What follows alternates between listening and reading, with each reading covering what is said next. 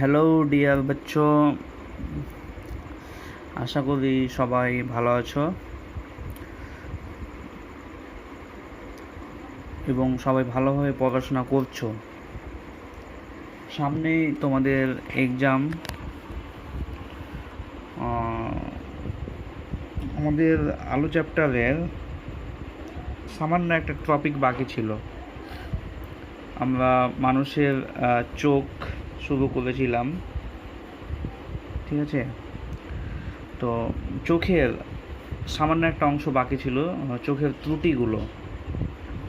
তো তোমরা আগের দিন পড়েছো চোখের উপযোজন, অভিযোজন, নিকটবিন্দু, দূরবিন্দু, দৃষ্টি পাল্লা, এগুলো সম্পর্কে জেনেছো।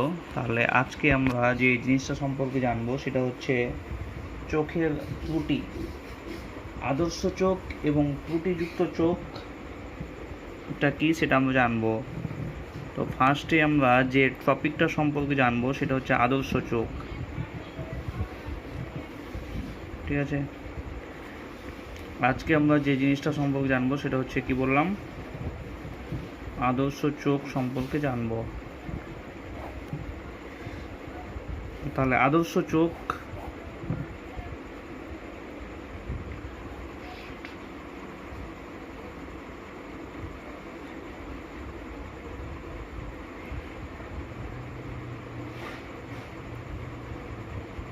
আদর্শ চোখ কাকে বলবো? কি যে চোখ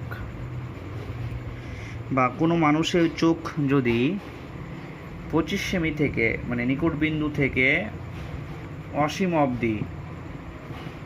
অসীমে অবস্থিত কোনো বস্তুকে, মানে 25 সেমি থেকে মানে নিকট বিন্দু থেকে দূরবিন্দু পর্যন্ত অবস্থিত, মানে দূরবিন্দু মধ্যে পর্যন্ত অবস্থিত কোনো একটা বস্তুকে যদি ও সুস্পষ্টভাবে তার রেটিনায় গঠন করতে পারে, মানে প্রতিবিম্ব গঠন করতে পারে, তাহলে তার চোখকে বলবো আদর্শ চোখ বলবো। তাহলে কোনো ব্যক্তির চোখ যদি নিকট বিন্দু থেকে দূরবিন্দুর মধ্যে অবস্থিত কোনো একটা বস্তুর প্রতিবিম্বকে স্পষ্টভাবে রেটিনায় গঠন করতে পারে, তাহলে তার চোখকে বলবো আদর্শ চোখ। এবার চলে আসবো আমরা ত্রুটিযুক্ত চোখ। তাহলে তোমাদের মধ্যে অনেকের দেখবো আদর্শ চোখ আছে, এই 25 সেমি থেকে অসীম দূরত্বে অবস্থিত যে দৃষ্টি পাল্লা, তার মধ্যেই ওই দেখতে পাই, মানে কোনো রূপ তোমার কষ্ট না করেই ওই প্রতিবিম্বটাকে গঠন করতে পারবে রেটিনায়। কিন্তু তোমাদের মধ্যে এমন কয়েকজন আছে বা এমন কিছু কিছু আছে যাদের ক্ষেত্রে কেমন হয় বলো তো, কি কেউ কাছের জিনিসকে স্পষ্টভাবে দেখতে পায় না, আবার কেউ দূরের জিনিসকে স্পষ্টভাবে দেখতে পায় না, আবার কেউ কোনো একটা লেখার বা এক দিকটাই দেখতে পায়, এক দিকটা আবার দেখতে পায় না ভালোভাবে, ঠিক আছে? তাহলে অনেক প্রকার ত্রুটি হয়। তার মধ্যে তোমাদের সিলেবাসে যে দুটি ত্রুটির কথা বলা আছে সেটা হচ্ছে দীর্ঘ দৃষ্টি আর একটা হচ্ছে স্বল্প দৃষ্টিজনিত ত্রুটি। তাহলে ত্রুটি যুক্ত চোখ মানে 4 প্রকারের ত্রুটি হয়। একটা হচ্ছে তোমার দীর্ঘ দৃষ্টি বা হাইপারমেট্রোপিয়া বলা হয় এটাকে,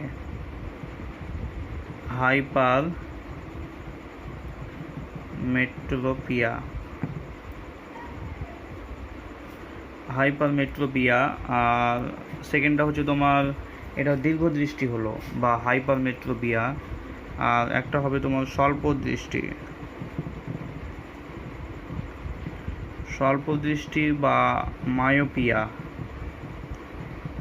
তাহলে এবার চলে আসবো আমরা স্বল্প দৃষ্টি বা মায়োপিয়া। 3 নম্বরে হচ্ছে ক্ষীণ দৃষ্টি। 3 নম্বরে যে ত্রুটিটা আছে সেটা হচ্ছে ক্ষীণ দৃষ্টি, আর 4 নম্বরে যে ত্রুটিটা আছে সেটা হচ্ছে বিষম ত্রুটি।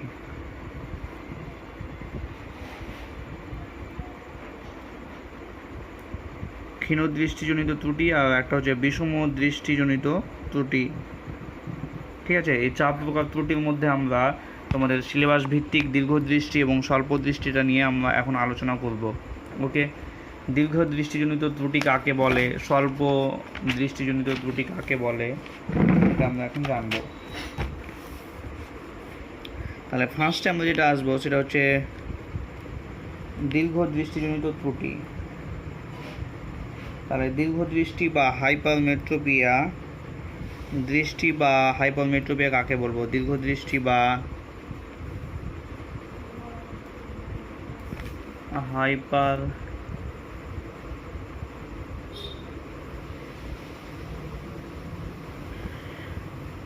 দীর্ঘদৃষ্টি বা হাইপারমেট্রোপিয়া কাকে বলবো? তাহলে যদি কোনো মানুষের চোখ দূরের বস্তুকে স্পষ্টভাবে দেখতে পায় কিন্তু কাছের বস্তুকে স্পষ্টভাবে দেখতে পায় না, তবে তার চোখের ত্রুটিকে বলবো দীর্ঘদৃষ্টি। মানে যদি কোনো ব্যক্তির চোখ দূরের বস্তুকে দেখতে পায় কিন্তু কাছের বস্তুকে স্পষ্ট দেখতে পায় না, ঠিক আছে, কাছের বস্তুকে স্পষ্ট দেখতে পায় না, তবে তার ত্রুটিকে বলবো দীর্ঘদৃষ্টি। কি বললাম? দীর্ঘদৃষ্টি মানে দূরের বস্তুকে স্পষ্টভাবে দেখবে কিন্তু কাছের বস্তুকে দেখতে পাবে না। এর মানে কি? সাধারণ চোখ, দেখো সাধারণ চোখের ক্ষেত্রে চোখ থেকে 25 সেমি দূরে যদি কোনো একটা বস্তুকে রাখা হয় তাহলে তার সে স্পষ্টভাবে প্রতিবিম্বকে দেখতে পাবে। কি বললাম? একটা সাধারণ লোক বা যাদের আদর্শ চোখ, সে কি করবে? তার চোখ থেকে 25 সেমি দূরে যদি কোনো একটা বস্তুকে রাখে তাহলে সেটা স্পষ্টভাবে দেখতে পাবে। কিন্তু যাদের দীর্ঘ দৃষ্টিজনিত ত্রুটি আছে চোখের, তারা কি করবে বলো তো? তাদের হবে কি, যদি 25 সেমিতে বস্তুকে রাখো তাহলে সেটাকেও দেখতে পাবে না, ঠিক আছে।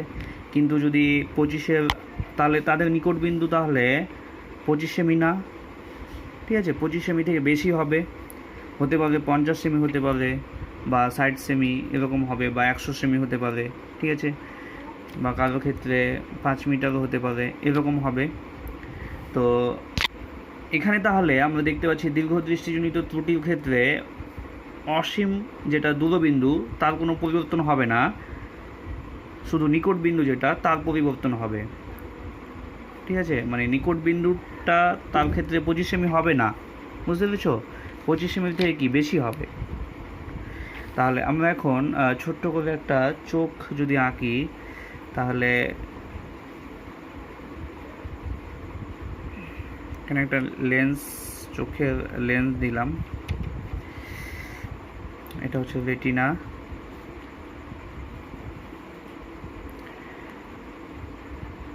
তাহলে সাপোজ ধরলাম কি এটা হচ্ছে তার ক্ষেত্রে নিকট বিন্দু।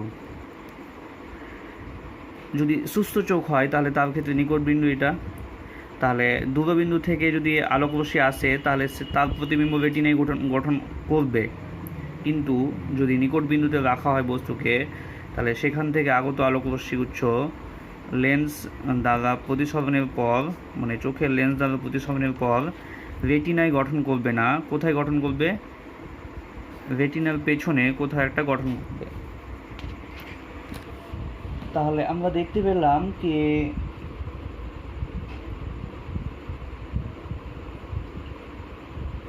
দীর্ঘ দৃষ্টিজনিত ত্রুটির ক্ষেত্রে যদি নিকট বিন্দুতে কোনো একটা বস্তুকে রাখা হয় তাহলে তার প্রতিবিম্বটা রেটিনায় গঠন হবে না, রেটিনার পেছনে কোথাও একটা গঠিত হবে, ঠিক আছে। মানে রেটিনায় প্রতিবিম্ব গঠিত হচ্ছে না, তার জন্য প্রতিবিম্বটাকে দেখা যাচ্ছে না, মানে বস্তুকে দেখা যাচ্ছে না।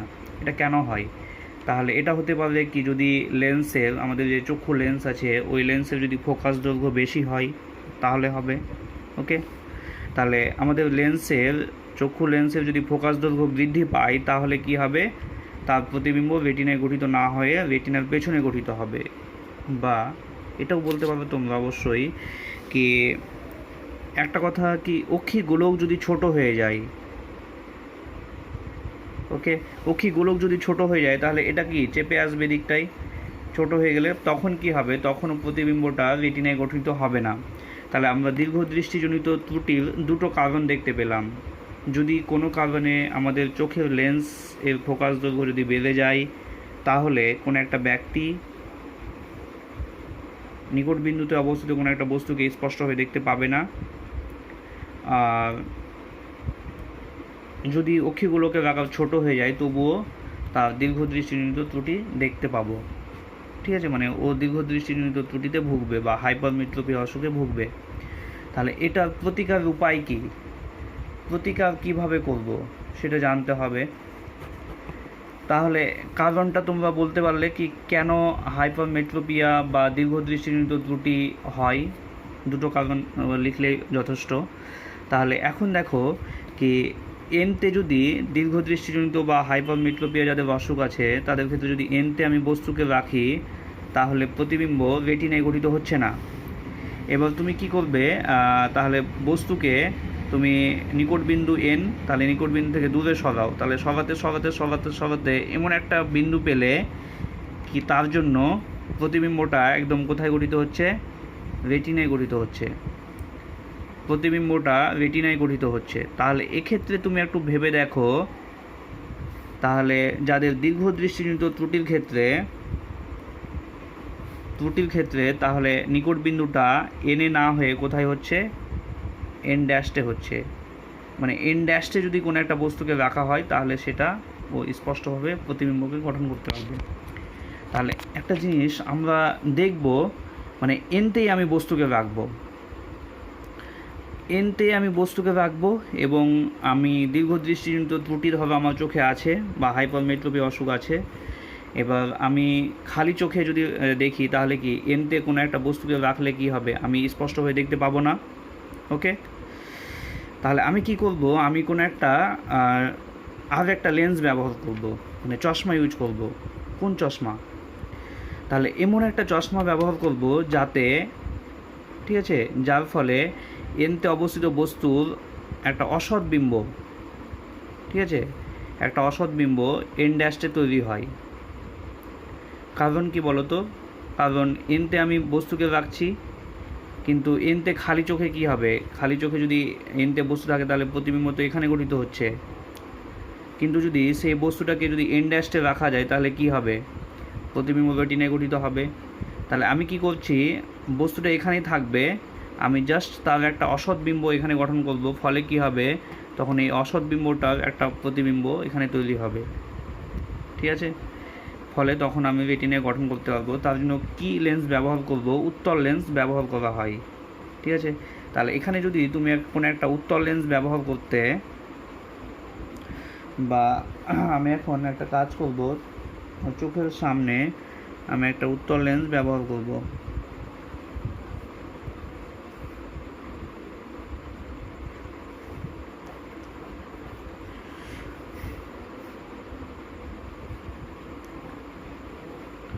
তাহলে এটা হচ্ছে নিকট বিন্দু এন যেটা, ঠিক আছে। তাহলে এবার এখান থেকে যাবে,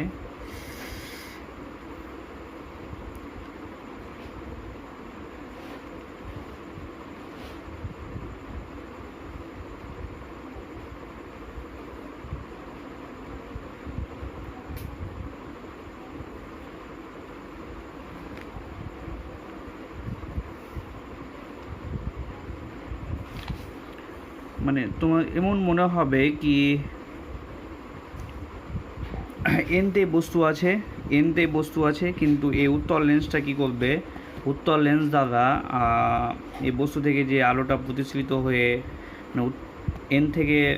মানে এন বস্তু থেকে আলোটা এই লেন্স দ্বারা বা উত্তল লেন্স দ্বারা প্রতিসরণের পর প্রতিসৃত রশ্মিগুলোকে মনে হবে যেন এন ড্যাশ বিন্দু থেকে আসছে বলে মনে হবে।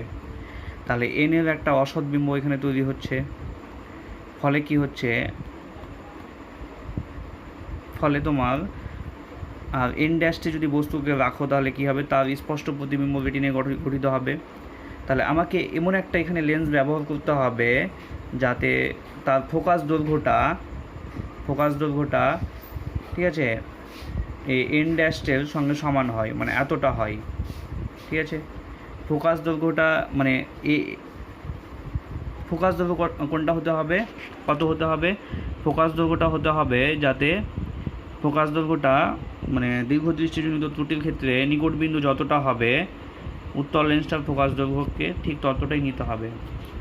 আর একটা জিনিস মনে রাখবে কি উত্তল লেন্সের ক্ষমতা হচ্ছে ধনাত্মক, তার জন্য ধনাত্মক ক্ষমতাযুক্ত চশমা ব্যবহার করতে হয়, ঠিক আছে। প্লাস যেটা বলে না কি কারো চোখের লেন্সের ক্ষমতা বা কারো চশমা পাওয়ার প্লাস, ঠিক আছে, তাহলে তোমরা ভেবে নিতে পারবে এখন থেকে কি প্লাস থাকলে তাহলে কি দীর্ঘদৃষ্টি বা হাইপারমেট্রোপিয়া, এর মানে কি ও তাহলে কাছের বস্তু দেখতে পাবে না।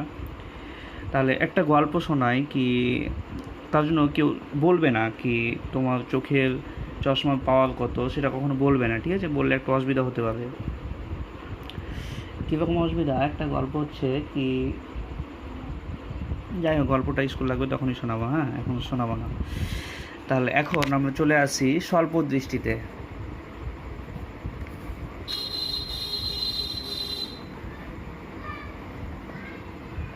তাহলে স্বল্প দৃষ্টিজনিত ত্রুটি কাকে বলবো?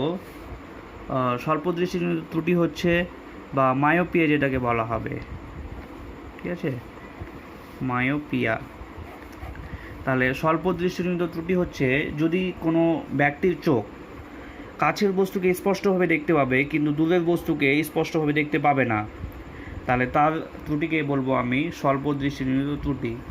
যেমন কাছের বস্তুকে ভালোভাবে দেখতে পাবে, মানে বই পড়তে ভালোভাবে পারছে কিন্তু ঈদের চাঁদ দেখতে পাচ্ছে না ভালোই, ঠিক আছে, তাহলে এরকম যদি ত্রুটি থাকে কারো, তাহলে তার ত্রুটি হবে স্বল্প দৃষ্টিজনিত ত্রুটি বা মায়োপিয়া হবে, ঠিক আছে।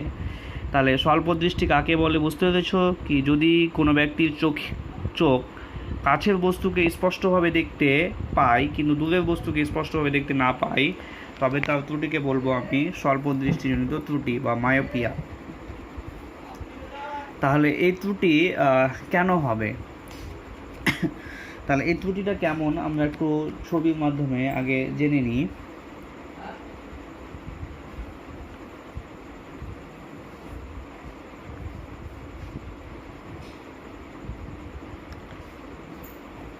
তাহলে যদি তোমার লেন্সের ফোকাস দৈর্ঘ্য কমে যায়, কি বললাম, লেন্সের ফোকাস দৈর্ঘ্য যদি কমে যায় অথবা অক্ষিগোলকের আকার যদি বড় হয়ে যায়, তাহলে ঠিক আছে কি হবে, দূরের কোনো একটা বস্তু থেকে আগত আলোকরশ্মি গুচ্ছ, মানে আমরা স্বল্প দৃষ্টিতে পড়লাম কি কেমন পড়লাম বলো তো, স্বল্প দৃষ্টিতে আমরা এভাবে পড়লাম কি কাছের বস্তুকে স্পষ্ট দেখতে পাবে কিন্তু দূরের বস্তুকে স্পষ্ট দেখতে পাবে না, এর মানে কি, তাহলে অসীমে কোনো একটা বস্তু আছে, তাহলে ওখান থেকে আগত আলোকরশ্মি সমান্তরাল আলোকরশ্মি গুচ্ছ এই লেন্স দ্বারা প্রতিসরণের পর কি হচ্ছে, প্রতিসৃত রশ্মিগুলো ঠিক আছে কোথায় মিলিত হচ্ছে, রেটিনার আগে মিলিত হয়ে যাচ্ছে, চোখের রেটিনার আগে মিলিত হয়ে যাচ্ছে, এখানে মিলিত হয়ে গেল, ফলে কি হবে, প্রতিবিম্বটা রেটিনায় গঠিত হচ্ছে কি হচ্ছে না, রেটিনায় গঠিত না হলে আমরা কি স্পষ্ট দেখতে পাবো না। তাহলে সেটা হচ্ছে স্বল্প দৃষ্টিজনিত ত্রুটি, কি দূরের বস্তুকে স্পষ্ট দেখতে পাবে না, তাহলে কোথায় গঠিত হচ্ছে, রেটিনার আগে গঠিত হয়ে যাচ্ছে প্রতিবিম্বটা। তাহলে এটা কেন হচ্ছে, ফোকাস দৈর্ঘ্যটা কমে গেছে, ঠিক আছে, লেন্সের ফোকাস দৈর্ঘ্য কমে গেছে, মানে চক্ষু লেন্সের যে ফোকাস দৈর্ঘ্য কমে গেছে অথবা অক্ষিগোলকটা বড় হয়ে গেলে তোমার মায়োপিয়াজনিত ত্রুটি দেখা যাবে। তাহলে এক্ষেত্রে দেখো নিকট বিন্দু কিন্তু একই থাকে, নিকট বিন্দু কিন্তু 25 সেমি থাকবে, স্বল্প দৃষ্টি বা মায়োপিয়ার ক্ষেত্রেও নিকট বিন্দু 25 সেমি থাকবে, কিন্তু দূরবিন্দুটা কোথায় হবে বলো তো, অসীমে হবে না, মানে কাছের দিকে চলে আসবে, ঠিক আছে। তাহলে এখন এই ত্রুটি দূর করার জন্য আমরা কী ধরনের চশমা ব্যবহার করব সেটা আমরা এখন জানবো, কি অবতল লেন্সযুক্ত চশমা ব্যবহার করব, ঠিক আছে। তাহলে দীর্ঘ দৃষ্টিজনিত মানে স্বল্প দৃষ্টিজনিত ত্রুটি বা মায়োপিয়া দূর করার জন্য আমরা একটা অবতল লেন্সযুক্ত চশমা ব্যবহার করব। তাহলে সাপোজ ধরো কি স্বল্প দৃষ্টিজনিত ত্রুটিযুক্ত চোখের মানুষের ক্ষেত্রে মানুষটা অসীমে অবস্থিত কোনো একটা বস্তুকে দেখতে পাচ্ছি না, কিন্তু যদি মানে তাদের অসীম মানে দূরবিন্দুটা কি হয়েছে, চোখের কাছাকাছি চলে এসছে, ঠিক আছে, চোখের কাছাকাছি চলে এসছে। তাহলে ধরলাম, আবার একটা ছবি তো হবে, যাই হোক আমার ছবিটা আঁকা দেখে কেউ হাসবে না, হ্যাঁ, কারণ তোমরা জানো আমি কত ভালো ছিলাম ছবি আঁকাতে, ঠিক আছে। তো যাই হোক একটা ছবি মোটামুটি আঁকলাম। তো এখানে দেখো কি এটা নিকট বিন্দুতে একই থাকবে, বুঝতেই পারছো। স্বল্প দৃষ্টিজনিত ত্রুটির ক্ষেত্রে নিকট বিন্দু একই থাকবে, কিন্তু দূরবিন্দুটা কী হবে, দূরবিন্দুটা অসীমে থাকবে না, কি হবে, অসীমের মানে কাছাকাছি, চোখের কাছাকাছি কোথাও চলে আসবে, ঠিক আছে। মানে ও অসীমে কোনো একটা বস্তুকে দেখতে পাচ্ছি না, কিন্তু যদি বস্তুটাকে আমি এন ড্যাশে রাখি তাহলে কি হবে, সেখান থেকে আগত আলোকরশ্মি গুচ্ছ লেন্স দ্বারা প্রতিফলিত হয়ে তোমার ঠিক একদম রেটিনায় গঠন করতে পারবে, ঠিক আছে, একদম রেটিনায় গঠন করতে পারবে। তাহলে এক্ষেত্রে একটা জিনিস ভাবো কি, তাদের স্বল্প দৃষ্টিজনিত ত্রুটিযুক্ত ব্যক্তির ক্ষেত্রে অসীম মানে দূরবিন্দুটা তাহলে কি কাছাকাছি থাকবে, আর নিকট বিন্দুটা একই জায়গাতে স্থির থাকবে। তাহলে এই ত্রুটি দূর করার জন্য আমাকে কি করতে হবে, দেখো আমি অসীমে অবস্থিত কোনো একটা বস্তুকে দেখব, তাহলে বস্তু তো অসীমে থাকবে, ঠিক আছে, বস্তু আমার কোথায় থাকবে, অসীমে থাকবে। কিন্তু অসীমে থাকলে তো আমি স্বল্প দৃষ্টি বা মায়োপিয়া যাদের আছে তারা তো দেখতে পাবে না। তাহলে আমি কি করবো বলো তো, অসীমে অবস্থিত বস্তুটার একটা প্রতিবিম্ব, অসৎবিম্ব আমি এন ড্যাশে গঠন করব, ঠিক আছে, এন ড্যাশে গঠন করব। যদি গঠন করতে পারি তাহলে আমার মায়োপিয়াকে দূর করতে পারবো, ঠিক আছে। তাহলে আমি এখন একটা মায়োপিয়া দূর করার একটা চেষ্টা করব কি, তাহলে আবার আমাকে একটা ছবি আঁকতে হবে।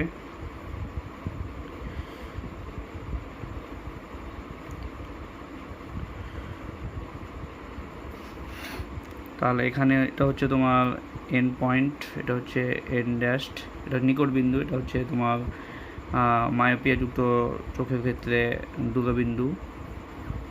তাহলে অসীমে বস্তু আছে, তাহলে এখান থেকে সমান্তরাল রশ্মিগুচ্ছ তোমার আসবে, ঠিক আছে। এখানে আমি একটা কি করব, একটা অবতল লেন্স ব্যবহার করব, ঠিক আছে, অবতল লেন্স ব্যবহার করব, তাহলে সমান্তরাল রশ্মিগুচ্ছ আসবে।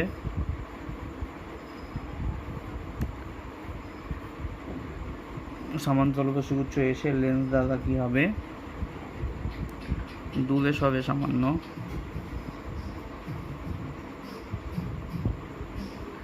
দূরে সরে কি হবে,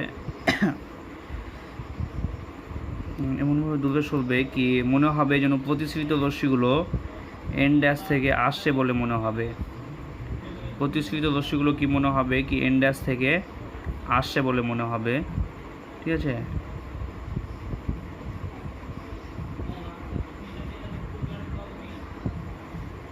প্রতিসৃত রশ্মিগুলো মনে হবে কি এন ড্যাশ থেকে আসছে বলে মনে হবে। তাহলে এক্ষেত্রে অসীম অবস্থিত বস্তুর প্রতিবিম্বটাকে আমি একটা অসৎ বিম্ব কোথায় গঠন করলাম, এন ড্যাশে, ঠিক আছে, যার ফলে আমি প্রতিবিম্বটাকে স্পষ্টভাবে রেটিনায় গঠন করতে পারলাম।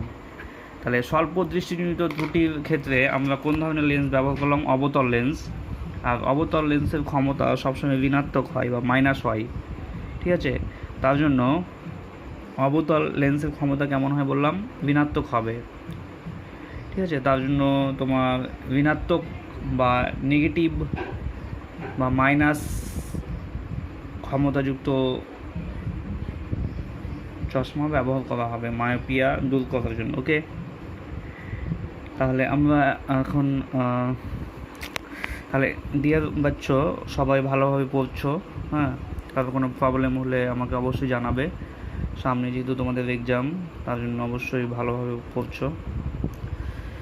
তাহলে আজকের মতো বাই, ওকে। আমাদের তাহলে আলো চ্যাপ্টার শেষ হয়ে গেল।